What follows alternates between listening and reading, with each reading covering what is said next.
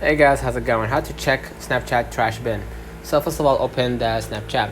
Swipe up to the camera screen or tap the small card icon below the capture button, and then tap on the trash or recently deleted section if available. This is usually where deleted snaps are stored for a limited time. You can view and restore any snaps that are still available.